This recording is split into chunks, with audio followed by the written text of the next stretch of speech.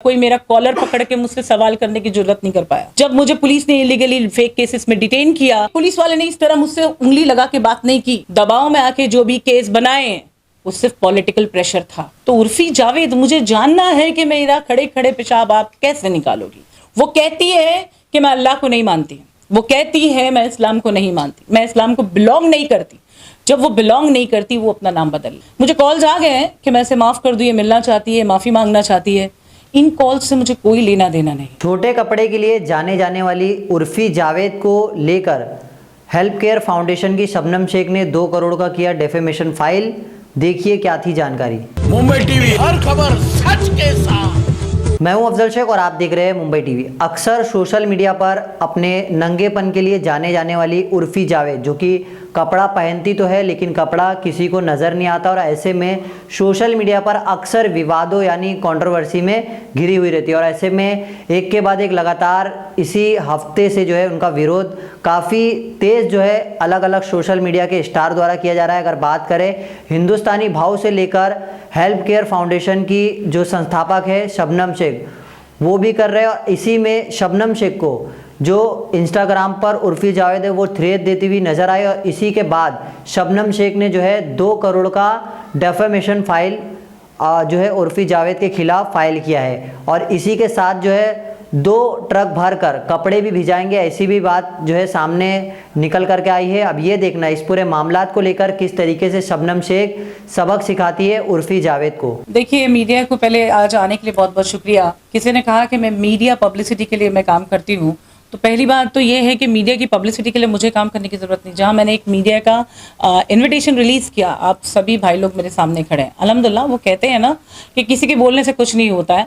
उर्फी जावेद के सब्जेक्ट पे मैं ये कहूँगी कि वो लड़की के अभद्र कपड़े वो जो भी पहनती थी, जैसे हम सोशल मीडिया ओपन करते हैं, सोशल मीडिया पे हैशटैग करके एक चीज़ होती है जो चलती है, आप बिलीव करते होंगे हैशटैग। तो जब किसी को मुझे कोई चीज़ बताना होता है तो मेरा एक ऑब्जेक्ट है कि आपको कहीं पे भी कुछ बोलना है, आप सिर्फ हैशटैग शबनम शेख कीजिए, वो हैशटैग मुझे सामने अपेयर होगा, we will reply for it. At the same manner Urfi के कपड़ों के ऊपर लोगों ने लिख लिख के मुझे कहा कि इसके ऊपर एक्शन लीजिए। ये हमारे देश की संस्कृति का मजाक उड़ा रही है, ये हमारे मुंबई शहर का मजाक उड़ा रही है कि मुंबई में लोग दूर दराज हिंदुस्तान के कोने कोने से लोग आते हैं अपने सपने साकार करने के लिए। मुंबई माया नगरी, नो डाउट। आप मुंबई आइए, आप हिंदुस्तान के किसी भी कोने से आ रहे हैं, आपको अपना काम दिखा के आपको काम हासिल करना है, आपको बॉडी ऑन रोड। मेरा ऑब्जेक्शन था उर्फी जावेद से कि तुम जो अभद्र कपड़े पहन के रोड पे आती हुई, इससे मुझे ऑब्जेक्शन है। अगर तुम्हें कुछ करना है तुम अपना स्टूडियो बुक करो और वहां जाके आप करो whatever kind of model you are. लेकिन उसने मेरे जो ऑब्जेक्शन के ऊपर उसने सीधा उठ के मुझे गालियों से नवाजा। वो लाइव आई, उसने अपने इंस्टाग्राम के ऑफिशियल हैंडल से उसने मुझे पोस्ट की गालियों में उसने मुझे बिच कहा। तो मुझे ये पूछना है कि मैं किसी एंगल से बिच नजर आती हूँ? मेरा सरकार से प्रश्न है, मेरा आवाम से प्रश्न है। उसने कहा कि मैंने उसे एक कॉल किया था उसकी हेल्प करने के लिए। क्या उसके पास ऐसा कोई कॉल है? तो है तो पिछले 25 दिन से उसने ऐसी कोई कॉल रिकॉर्डिंग क्यों नहीं रिलीज की?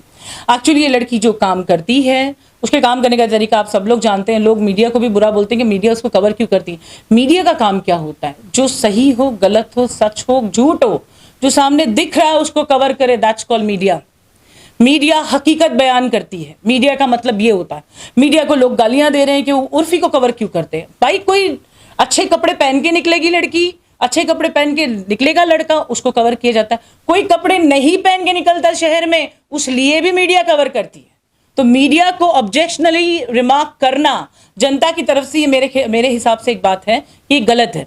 जहां तक मैंने कहा कि वो एयरपोर्ट पे पहुंचती है, जहां पे ना उसका डिपार्चर है ना उसका अराइवल है, वो उधर जाके एक रोड शो करती है। तो क्या वो रोड शो करने की गवर्नमेंट ने उसको परमिशन दी? वो हर जगह उतर के वो शो करती है, भले उसका शो 5 मिनट का हो, 25 मिनट का हो, जितना भी उनका टाइम पास वो उधर रोड पे चलता है एयरपोर्ट के प्रीमाइसेस पे। क्या उसने लीगल परमिशन आज तक ली है? उर्फी, अभी तक तो मैंने शुरू किया है, तूने मुझे बिच शब्द से नवाजा है। मुझे कॉल्स आ गए हैं कि मैं इसे माफ कर दूं, ये मिलना चाहती है, माफी मांगना चाहती है। इन कॉल्स से मुझे कोई लेना देना नहीं। मैं सिर्फ इतना जानती हूँ, जिस तरीके से तूने मुझे गाली दी, मैंने तुझे कपड़े पहनने बोला था मेरी माँ, मैंने तेरे को नंगा घूमने नहीं बोला था कि तुझे मैंने डिफेम कर दिया। तूने मुझे जिस तरीके से डिफेम किया, तूने मेरा अरेस्ट होता हुआ वीडियो जो कि एक झूठे केस में अरेस्ट किया हुआ। अगर वो केस जेन्युइन होते तो शायद मैं अब तक कन्विक्ट हो जाती, लेकिन वो केस जेन्युइन नहीं है। उसके लिए सरकार काम पे लगी हुई है, the work is going on. ऐसी कोई चीज नहीं है जो पुलिस स्टेशन में बैठ के तय होती है कि सही है या गलत है। हर चीज जो पुलिस स्टेशन में बनती है, यानी कि मैं बात कर रही हूँ कंप्लेंट्स की, वो सही है गलत है उसका फैसला बाकायदा कोर्ट करती। कोर्ट ने अभी तक किसी को अनुमति नहीं दी है कि वो कहीं और बैठ के उसका फैसला करे। इस लड़की ने जो मुझे डिफेम किया, उसके अगेंस्ट मैंने डिफेमेशन का केस फाइल किया। मैंने जब बांद्रा पुलिस स्टेशन में पहुंची एफआईआर के लिए, तो सीनियर पीआई ने मुझसे पूछा कि मैम आपके पास इसका नंबर एड्रेस वगैरह कुछ है? तो आई सेड मेरे पास कुछ नहीं है। तो उन्होंने कहा कि तो फिर ये पूरा मैटर साइबर क्राइम को जाता है, the matter has put it to the cyber crime as well. जिस तरीके की उसने थ्रेटनिंग दी, वो मैसेज बताना मुझे। क्या पहले तो आपको स्टोरीज के द्वारा अब तक कुछ आपको टारगेट किया जा रहा था, बट अभी जो चीज एविडेंस आपने हमको दिखाया, उन्होंने अपने वेरीफाइड अकाउंट से आपको मैसेज किया, तो क्या मैसेज किया? वो मैसेज ये है, मुझसे पंगा मत ले, मैं तुझे जिंदा खा जाऊंगी। ये उसका वेरीफाइड अकाउंट है। मैं तुझे जिंदा खा जाऊंगी, मेरे बॉडीगार्ड साथ में होते हैं, मैं तेरा ये कर लूंगी, मैं तेरा वो कर लूंगी, मेरे पास तेरी कॉल रिकॉर्डिंग है, मेरे पास तेरे वीडियोज है, और वो मुझे जिंदा कैसे खाएगी मुझे देखना। उसने एक इतनी गंदी लाइन लिखी है, उसने लिखा है कि वो खड़े खड़े मेरा पेशाब निकाल देगी। तो उर्फी जावेद, मुझे जानना है कि मेरा खड़े खड़े पेशाब आप कैसे निकालोगी। I just wanted to see that. मुझे ब्लड प्रेशर की प्रॉब्लम नहीं थी। जब से इस लड़की का वो लाइव वीडियो और ये मैसेजेस पड़े हैं, मेरी तबीयत खराब हो गई है। ये सारी चीज़ें हमारे जोनल डीसीपी जोन 9 को दी गई है, रिटर्न में दी गई है। यहाँ तक का उसको मैंने पर्सनल डीसी साहब को व्हाट्सएप करके सारी चीज़ों की अपडेट दी कि ये लड़की मुझे कितना थ्रेटेंड कर रही है। अगर ये लड़की का कैरेक्टर मैं बताऊं, मैं किसी का कैरेक्टर असैसिनेशन नहीं करने बैठी जिस तरह उसने मेरा किया। अगर वो मेरा कैरेक्टर असैसिनेशन कर रही तो कोर्ट में सारे प्रूफ्स लेकर आए और साबित करे कि मैं किसी एंगल से गलत हूं। ये लड़की का कैरेक्टर ये है, इसको किसी के खिलाफ बोलने के लिए पैसे मिलते हैं। ये एक्चुअली एक्सटॉर्शनिस्ट का काम कर रही है।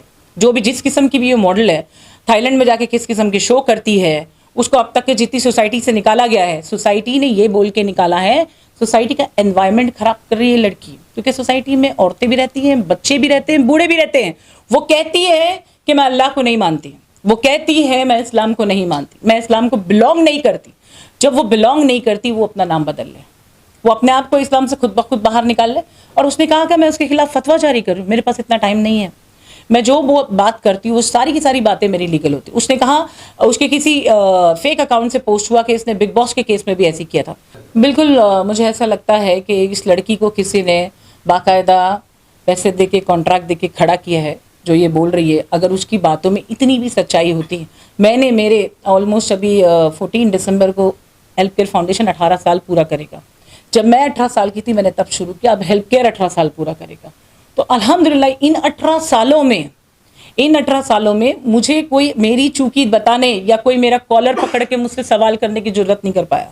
जब मुझे पुलिस ने इलीगली फेक केसेस में डिटेन किया, कोर्ट पहुंचे, कोर्ट से उन्होंने पीसी मांगी। सुनिए आप लोग सब मेरी बात, कोर्ट से उन्होंने पीसी मांगी इन्वेस्टिगेशन के लिए। पीसी मांगी, पीसी में एक सवाल नहीं, पुलिस कस्टडी में एक सवाल नहीं। एक पुलिस वाले ने इस तरह मुझसे उंगली लगा के बात नहीं की। सल्यूट करती हूं मैं मुंबई पुलिस को। उन्होंने दबाव में आके जो भी केस बनाए वो सिर्फ पॉलिटिकल प्रेशर था। क्यों? मेरा लास्ट प्रेस कॉन्फ्रेंस और आज की प्रेस कॉन्फ्रेंस के बीच का मैं आपको डिस्टेंस बताती हूँ। लास्ट प्रेस कॉन्फ्रेंस मेरी हुई थी 15 फरवरी 2019, जिस दिन मैंने अनाउंस किया कि मैं इंडिपेंडेंट मेंबर ऑफ पार्लियामेंट का नॉमिनेशन फिल करूंगी और मैं अपक्ष लड़ने वाली हूँ। 15 फरवरी 2019 को मैंने ये बोला और 28 फरवरी 2019 यानी 13 दिन के अंदर इतनी खूबसूरती से मुझे ट्रैप किया गया। सीधा मुझे क्रिमिनल साबित करने की कोशिश की गई। लेकिन कोशिश देखो क्या हुई, कोर्ट ने पीसी दी। पीसी में इन्होंने कुछ नहीं जमा कर पाए। जिनके पास कुछ होगा तो जमा करेंगे। इन्होंने पीसी में कुछ जमा नहीं कर पाए। पीसी से जेसी हुए, this is the protocol of our law. JC हुए, जेसी से बेल हुई। कुछ दिनों में दोनों बार के अरेस्ट में। मेंबर ऑफ पार्लियामेंट का इलेक्शन लड़ूंगी कहा था तो अरेस्ट हुई। एमएलए में मुझे इंटरेस्ट नहीं था। शायद एमएलए को इतना डर था मेरे से कि एमएलए में भी ट्रैप कर लिया गया और उसमें भी अरेस्ट किया गया। हुआ क्या, कोर्ट में केसेस के ट्रायल खड़े चलने दो, मैं खुद खड़े होकर केस लड़ूंगी। तो ये जो भी षड्यंत्र है, इस लड़की को जितने पैसे मिले होंगे या जो भी इसको बोलते हैं ना कॉन्ट्रैक्ट मिला होगा मुझे बदनाम करने का, ये कर रही है। इसने वीडियो शेयर किए मेरे, इसने बहुत कुछ शेयर किया ये साबित करते हुए कि I am doing something. Sir मैं आपको मेरी तकलीफ़ का बयान करती हूँ। मैंने जब ये तकलीफ़ बेयर की वो 5 तारीख थी नवंबर की, मैं मेडिकल पहले कराने पहुँची। पहले दिन तो मुझे जब मैंने देखा मेरी तबीयत बहुत ख़राब हो गई क्योंकि मैं डेंटिस्ट के पास थी, मुझे एनेस्थेसिया लगा हुआ था, मेरा रूट कनाल ट्रीटमेंट चालू था। And I saw that video, मुझे लोगों ने शेयर किया, छोटे छोटे बच्चे शेयर कर रहे हैं, आपा देखो लड़की आपको गाली दे रही है। और वो एक नहीं, मेरे को हज़ारों मैसेजेस है। ये लड़की के खिलाफ जो मैंने लीगल एक्शन लिया, वुमेन मॉडेस्टी का जो पहला केस फाइल किया 1 नवंबर, वो मैंने director general of Maharashtra state, Mumbai police commissioner, governor of Maharashtra and chief minister of Maharashtra को फाइल किया कि ये लड़की इस शहर में आके इस तरह के कपड़े पहन के जनरेशन को क्या दिखाना चाहती है कि आपको सेलिब्रिटी बनना है, आपको बॉलीवुड में फिल्म इंडस्ट्री में काम करना है या आपको पैसे कमाना है, तो आप ऐसी चीज़ें करो, आप इस तरीके की चीज़ें करो, आप बॉडी के पार्ट्स को ढको मत। आप ये बताइए कि आप बॉडी के पार्ट्स को किस तरीके से प्रदर्शन कर सकते हैं, ये करो, आप पैसा कमा लोगे, आप नाम कमा लोगे, बॉलीवुड में एंट्री पालोगे। तो क्या बॉलीवुड इतनी बदनाम है? बॉलीवुड में इस तरीके से काम मिलता है? मेरा खुद का करियर 18 साल का हो गया है। मेरे 18 साल के करियर में मैंने बहुत सी मॉडल हीरोइनों को देखा जिन्होंने आके ऐसे काम किए। 4 दिन की चांदनी फिर काली रात है। सुनील पाल ने खुद अगले दिन मुझे थैंक्स करता हुआ वीडियो डाला, उन्होंने ये बात को मेंशन किया, ये सिर्फ 4 दिन की चांदनी है, ये कुछ नहीं बन पाते। ये अभी फिलहाल जो पैसे कमाने के लिए जिसका खुद का कैरेक्टर अच्छा होगा वो सामने वाले को अच्छा बोलेगा। मैं हमेशा कहती हूँ, आप अपने साथीदारों की, अपने दोस्तों की जितनी रिस्पेक्ट किसी के सामने करोगे उतनी ही रिस्पेक्ट आप पाओगे मार्केट में। आप अपने साथ वालों की रिस्पेक्ट करके आप अपने सामने किसी को डिसरिस्पेक्शन से, without any evidence, without any claim उसको बुरा बोलोगे तो आप अपना कैरेक्टर असैसिनेशन कर रहे हो। तो मुझे गलत बोल के बहुत लोगों ने मुझे मैसेज किए, कॉल किए, यहाँ तक का उर्फी के खिलाफ मेरे पास रिटर्न में इतनी सारी कंप्लेंट है। जब मैंने सीनियर पीए को बोला कि मेरी तबीयत इतनी ख़राब है, मेडिकल रिपोर्ट उनको दिया जिसमें मेरा ब्लड प्रेशर, क्योंकि मुझे सीजर अटैक आ गया, मुझे एंजाइटीज़ है सीजर्स की, तो एनेस्थेसिया के बाद सेम डे 5 तारीख को मुझे सीजर अटैक आ गया। जैसे तैसे मैंने हेल्थ को रिकवर किया और 6 तारीख जब मैं मेडिकल कराने पहुंची तो मैं बीपी वॉज 210/100। डॉक्टर ने मुझे बाबा हॉस्पिटल में बैठा दिया, बोले मैम बैठो आप पहले। उन्होंने एमएलसी करके जब दिया, जब मैं बांद्रा पुलिस स्टेशन पहुंची हूँ, सीनियर पे बोलते हैं कि मुझे ऊपर से ऑर्डर लाना पड़ेगा। तो मैंने उनको उठते उठते एक बात बोली, भाऊ आप मुझे अभी पुलिस वैन में लेके बांद्रा बाबा हॉस्पिटल लेके चलिए और मेरा मेडिकल करा के देखिए मेरी हालत क्या है। I was not able to talk, still I am not well. इस लड़की के वजह से पिछले 26 दिन से जो मेरी तबीयत खराब है, जो मेरी हालत है, इसकी जिम्मेदारी लड़की है। मैंने सीनियर पीआई देवरे साहब को ये कहा, मैंने बोला भाऊ ये मैं आपको 4 ऑफिसर और मेरे 2 स्टाफ के सामने बोल रही हूँ, इन लोगों को विटनेस करते हुए, मुझे कुछ होता है तो उसकी रिस्पॉन्सिबल उर्फी जावेद होगी। ऑफिसर ने रिप्लाई में मुझे मुंडी हिलाते बोला, yes madam I accept. Senior PI का जवाब है आई एक्सेप्ट। मुझे कुछ होता है, मैंने सीनियर पीआई को कहा था कि उसकी जिम्मेदारी लड़की होगी, बिकॉज इतनी ह्यूमिलेशन, इतनी गंदगी मैं बर्दाश्त नहीं कर सकती। एक क्रांतिकारी जो होता है वो क्रांतिकारी हमेशा सत्य पे लड़ता है। मैं सत्य पे लड़ते हुए आई हूँ। अगर ऊपर वाले ने लिखा होगा एमएलए, एमपी, चीफ मिनिस्टर या प्राइम मिनिस्टर बनना, तो तकदीर का बना लिखा हुआ वो कोई नहीं बदल सकता। हाँ, काम तो मैं तब तक करूंगी कि मैं जब उस ऊंचाई तक ना मैं पहुंच जाऊं कि जहां पर मैं मेरे देश में पैदा होने वाली हर लड़की, हर बेटी को वो रिस्पेक्ट, वो इज्जत दिला दूं। जब तक काम करूंगी। और अगर कोई कोशिश कर सकता है मुझसे लड़ने की, मुझे हराने की, तो एक बात मैं, मेरे जो भी चाहने वाले दुश्मन होंगे मैं उनको बता दूं, तुम लड़ लो मुझसे जितना लड़ना है। याद रखना मेरी हार तब तक नहीं होगी जब तक मेरी सांसें चल रही। जब तक जिंदा हूं मैं लड़ती रहूंगी और तुम मुझे तब तक नहीं हरा सकते जब तक मैं जिंदा हूं। तो अगली बार जब कोशिश करना तो कुछ बड़ी करना। देखिए, जैसे आप मेरे भाई है, वो भी भाई है, वो हिंदुस्तानी भाऊ है, वो सबका भाई है। मैं उसको जब से जानती थी जब वो हमारा भाई था, उसके बाद में हिंदुस्तानी भाव बना, अल्लाह उसको और तरक्की दे। मैंने देखा वो लड़की ने उसको गलत बोला, उसने आवाज़ उठाई, आवाज़ वॉज परफेक्टली राइट कि उर्फी सुधर जा। उसका कुछ गलत एंगल, उसने बहन बोला, वो एक अच्छा इज्जतदार इंसान, उसने बहन बोला, इसने आके उसको क्या क्या बोला, इसने उसके मैसेजेस पढ़ाए, उसने भेजा, उसके पीआर ने भेजा, जिसने भी भेजा, इसने उसको डिफेम किया, उसने उसको भी डिफेम किया। वो अपनी जगह पे परफेक्ट था, लेकिन उसने उसको गाली दी। उसके बाद में भी किसी जेंटलमैन ने उसके खिलाफ आवाज़ उठाई, मुझे तो उनका नाम भी नहीं मालूम है, और उसने उसकी भी चैट शेयर की। आप मेरे को एक बात बताओ, आप सारे मर्द खड़े हैं मेरे सामने, ठीक है, एक लड़की मस्त एकदम ग्लैमरस कपड़े जैसी चीज़ें पहन के पोस्ट करती है, आपको हर जगह पे सोशल मीडिया पे एक प्रायोरिटी मिलती है DM, direct message, way you can communicate with the person. मुझे भी डायरेक्ट मैसेज रोज हजारों मैसेज आते हैं, मैं जवाब नहीं देती हूँ। आपने उस आदमी को जवाब दिया, आप, मैं उर्फी जावेद को बोल रही हूँ, आपने, क्या नाम है वो बंदे का, मेरे को नाम बताओ, वो सर का जिन्होंने पोस्ट किया, उसने उसको जवाब दिया, इनका और उनका जो भी, वो फैंस ने भेजा है मुझे, उनका जो भी कम्युनिकेशन था, वो चाहे सेक्सुअल लाइफ के ऊपर था, पर्सनल लाइफ के ऊपर था, फ्रेंडशिप के ऊपर था, रिलेशन के ऊपर था। जब तक मैं शबनम शेख मेरा हाथ किसी को इस तरह पकड़ने नहीं दूंगी, मेरा हाथ कोई नहीं पकड़ेगा। तो उर्फी जावेद ने बताया, अपने से आधी उम्र की लड़की से आप पर्सनलाइज टॉक कर रहे हो, तो अरे जब तुमने उसको हाथ पकड़ने दिया तभी तो टॉक कर रहा है, वो क्यों तुमको अपने घर की प्रॉब्लम बता रहा है?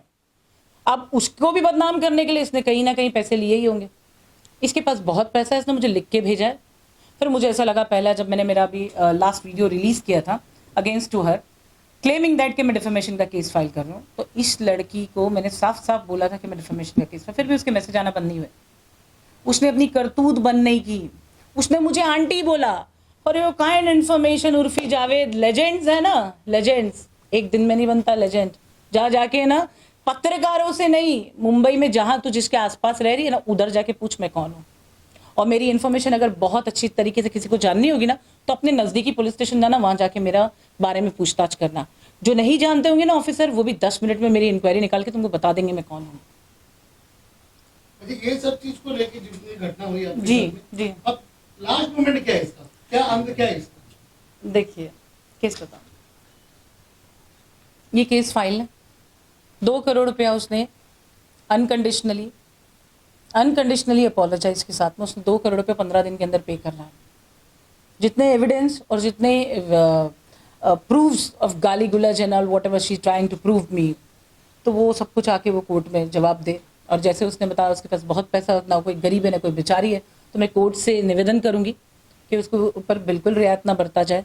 उसने ये जो पूरा महीना मेरा इतना खून जलाया, मेरी इतनी तबीयत खराब की, मुझे इतना बदनाम किया, और कहती है कि मुझे पब्लिसिटी की ज़रूरत है। मैं आज आप लोगों को एक बात बताती हूँ, यूट्यूब पे 2 चैनल चलते हैं, शबनम शेख और शबनम शेख ऑफिशियल, जो ना मेरा चैनल है ना वो चीज़ें मुझे बिलोंग करती हैं। उसमें सब्सक्राइबर देखिए, उसमें व्यूज़ देखिए, चेहरा मेरा है, नाम मेरा है, और कमा कोई और रहा है। पब्लिसिटी की बात करता है कोई या कमाने की बात करता है, तो उतनी नौबत नहीं आई है। मैं गरीबों की संस्था चलाती हूँ, गरीबों के लिए काम करती हूँ। गरीबों के लिए काम करते करते ना, जब क्या होता है, किसी बेचारी लड़की का मैटर आता है ना, तो उसका जो पति रहता है वो कहीं ना कहीं से पैसे वाला निकलता है, तो भाई, डॉन, पुलिस वाले, नेता लोग, MPs, MLA फोन करते हैं, ये अपना वाला है, शबनम मैडम जरा बगुन गया। अरे कहाँ बगुन गया बाबा, लड़की का कंप्लेंट है, लड़की अगर बोलती है मुझे कंप्लेंट नहीं करना, मुझे ऑब्जेक्शन नहीं है, मुझे ऐसी भी धमकी आती है कि हम लड़की को ठोक देंगे, तो फिर वो लड़की के आगे ये माँ खड़ी है। कोई भी कंप्लेनर जिसका केस मैं लड़ती हूँ, चाहे वो मर्द हो या औरत हो, उसके लिए बड़ी बहन भी हूँ मैं, उसके लिए माँ भी हूँ मैं। तो मैंने ऐसे बहुत सारी चीज़ें देखी है। गरीबों के लिए काम करने पे क्या होता है ना, हमेशा गरीब तबके को दबाया जाता है। मेरा कंसर्न, मेरी आवाज़, मेरा तरीका काम करने का सिर्फ एक ही चीज़ को साबित करता है, कानून सबके लिए बराबर है। इस देश का कानून बाबा साहब अम्बेडकर ने लिखा, और उन्होंने संविधान लिखते वक्त कहीं पे कोई पार्शलिटी नहीं की। मैंने कल भी अपने लाइव वीडियो में कहा कि बाबा साहब अम्बेडकर का संविधान लिखा हुआ, उन्होंने जो दलित समाज था उसको ऊपर लाते हुए क्या बताया, ठेकेदार की औरतें पूरे कपड़े पहन सकती जैसे हम पहन रहे हैं, तो दलित जमात को पूरे कपड़े, उनका ऊपर का तन ढकने की परमिशन नहीं थी। श्री बाबा साहब अम्बेडकर ने ये कानून लाया, उन्होंने ला के क्या दिखाया, इक्वेलिटी बताई। इक्वेलिटी फॉर व्हाट होता है? इक्वेलिटी फॉर गुडनेस होता है। अगर आप नेगेटिव कैरेक्टर हो और आप चाहते हो कि आपके जैसा नेगेटिव कैरेक्टर पूरा देश बने, तो तुम्हारा मतलब ये है कि स्कूल और कॉलेजेस में टीचर्स बुराई सिखाना शुरू करें, सब्जेक्ट में बुरी बातें हैं। मैं आज आप लोगों से एक बात शेयर करती हूँ, मैंने अब तक का इलेक्शन ID कार्ड नहीं बनाया, मैं आज भी बता रही हूँ, कल इंशाल्लाह मैं अप्लाई करूंगी, क्योंकि मेरा ये उस प्रेस कॉन्फ्रेंस के बाद में, ये मेरा प्रेस कॉन्फ्रेंस, पहला प्रेस कॉन्फ्रेंस 3 साल बाद, अब फाइनली मैं मेरा इलेक्शन ID कार्ड बनाऊंगी, मैं वोट भी दूंगी ये कॉर्पोरेशन के इलेक्शन में। मैं हमारे प्रधानमंत्री श्री नरेंद्र मोदी से बहुत ज़्यादा प्रभावित हूँ। रीज़न बताती हूँ, देयर आर 2-3 रीजन्स। लोग समझते हैं कि मुसलमानों की नरेंद्र मोदी की तारीफ क्यों कर रही है। मैंने 2018 में भी बोला, 2019 में बोला, जब ट्रिपल तलाक बैंड हुआ, सेकेंड मैरिजेस बैंड हुई, मुस्लिम औरतें जो पुलिस स्टेशन में जाके गालियां सुनती थी, तुम्हारी कास्ट में ऐसी होता है, जाओ सिविल मैटर कोर्ट जाओ, शादी कर लिया दूसरी, हाँ तुम्हारी जमात में चलता है, कम से कम अब पुलिस वाले वो तो नहीं बोल सकते कि तुम्हारी जमात में वो चलता है? कोई सेकंड मैरिज नहीं चलती, कोई 4 शादियां जायज़ नहीं है। पति ने अगर मुंह पे तलाक बोला तो उसके पर FIR है। ये सारी चीज़ें जो इक्वालिटी नरेंद्र मोदी ने लाकर दिखाई है, I am very very much happy with him. और क्यों मैं चाहती हूँ कि हर कोई इंसान किसी अच्छे इंसान को देख के प्रभावित हुए। बॉलीवुड की, जहाँ तक ये लड़की की बात है, बॉलीवुड की हम बात करें तो मैंने शाहरुख खान के मुंह से सुना, मैंने ऋतिक रोशन के मुंह से सुना कि हर इंसान के अंदर कहीं ना कहीं अमिताभ बच्चन झलकता है। एक्टिंग की बात हम करें, उनके कैरेक्टर की बात करें तो उस आदमी को देख लो कितने साल के हो गए हो और आज तक क्या काम कर रहे हैं। तो अच्छा ही है, आज भी इज्जत देगी, मरते दम तक इज्जत देगी। तुम बुरा करोगे, 4 दिन पैसे कमा लोगे, 4 दिन कमाओगे बुराई से, बहुत अच्छी तरह कमाओगे, आगे जिंदगी में उसका जवाब मिलेगा तुम्हें। शायद उनके पास कपड़े ना हो तो कहीं फर्क नहीं भाई मैं एक कपड़े वाले की बेटी हूँ, ठीक है। हमारे वालिद साहब की कपड़े की फैक्ट्री अभी अब्बा के गुजरने के बाद से रेंट पे दे दी है, कोई चलाने वाला नहीं था इसलिए। मुझे बोल देती, मैं ट्रक भर के कपड़े भेजती, ट्रक भर के भेज देती। उसने मुझे गाली देने के बदले, अपना प्रभाव जताने के बदले उसने नम्रता से बात की होती। देखो, कोई भी इंसान जब तक मुझे पर्सनल लेवल पे नहीं मिलेगा वो मुझे नहीं जान सकता। तुमने ऐसी जजमेंट दे दिया, तुम्हारे पास मेरी सचमुच की हेल्प करने वाली कॉल रिकॉर्डिंग है, तो मैं अभी भी मीडिया को बोल रही हूँ, उसको बोलो वो रिलीज करे। मैं तो सुनना चाहती हूँ कि इन 18 सालों में मैंने आज तक किसी को सामने से फोन करके ये नहीं बोला है भाई इधर तेरी मदद करो। अरे भाई मेरे पास टाइम नहीं है। आप इधर एक जनरल कॉल करके अपॉइंटमेंट लो, आपको मालूम पड़ेगा अपॉइंटमेंट वेटिंग में कितने दिन का मिलेगा। आप समझ रहे हैं, ये कोई माहिम का हलवा नहीं है जो मुंह में रखा और पेट में अंदर चला गया। ये शबनम शेख का दरबार है, यहाँ से सच की बात होती है और सही की बात होती है। और जहां तक मिलने मिलाने की बात है तो अपॉइंटमेंट लो और आओ, और या तो फिर उतना कुछ काम करके बताओ कि मैं तुमसे मिलने निकलूं। ऐसे ही तमाम अपडेट से जुड़े रहने के लिए सब्सक्राइब करें मुंबई टीवी। मैं अफजल शेख फिर हाजिर हूँ एक नई न्यूज़ के साथ।